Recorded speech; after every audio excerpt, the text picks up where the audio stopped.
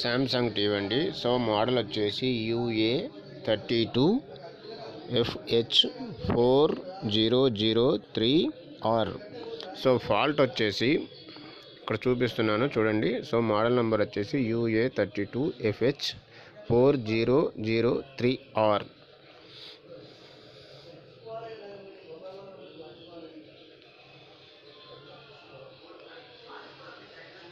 Negative picture వస్తుందండి చూడండి. Negative picture వస్తుంది అంటే కాంట్రాస్ట్లో ప్రాబ్లం ఉంది. సో నెగిటివ్ పిక్చర్ వచ్చింది. ఇప్పుడు నేను థియరీ చెప్పేటప్పుడు నెగిటివ్ పిక్చర్ అనేది వస్తే ఎక్కడెక్కడ ఫాల్ట్ ఉంటుందో మీకు చెప్పాను ఆల్రెడీ. గామా ఐసి దగ్గర ఫాల్ట్ ఉంటుంది. సో గామా ఐసి దగ్గర 2 వోల్టేజ్లు ఉంటాయండి. VCOM voltage and AVDD voltage. So reference voltage.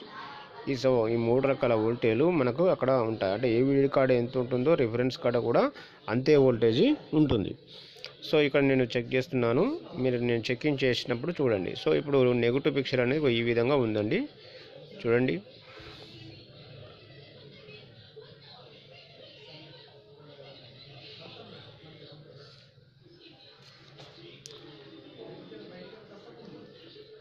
చూడండి అక్కడ ఏబిడిడి వోల్టేజ్ 14.9. ఏబిడిడి అనే వోల్టేజ్ 14.9. సో రిఫరెన్స్ ప్లేస్లో ఇంతమంది జంపర్ కొట్టాను కాబట్టి ఇప్పుడు ఆ మాత్రం 10 వోల్ట్ వస్తుందండి.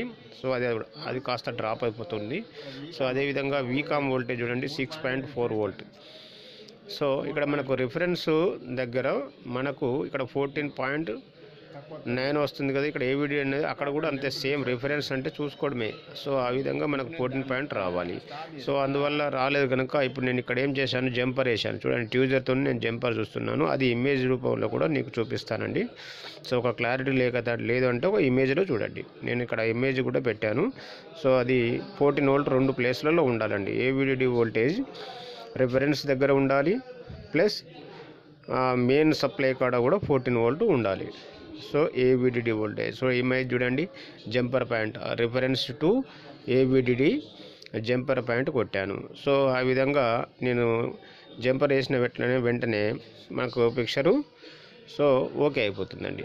సో అదే విధంగా మనకు పిక్చర్ నేను చేసిన తర్వాత నేను ఇప్పుడు క్లారిటీగా వచ్చింది కదండి. Okay, negative picture by set okay అయిపోయింది. సో ఈ విధంగా మనం ఫాల్ట్ ఫైండింగ్లు చేసుకోవచ్చండి. 100% థియరీ పర్ఫెక్ట్గా ఉన్నప్పుడు 100%గా మనం ఏ ఫాల్ట్నైనా చేయగలం. ఓకే, ప్యానల్ 100% రిపేర్ చేయగలం. Okay, thank you sir. So Aditya LCD LED TV training centre, Lakshminagar, Godavarikhani. Thank you sir.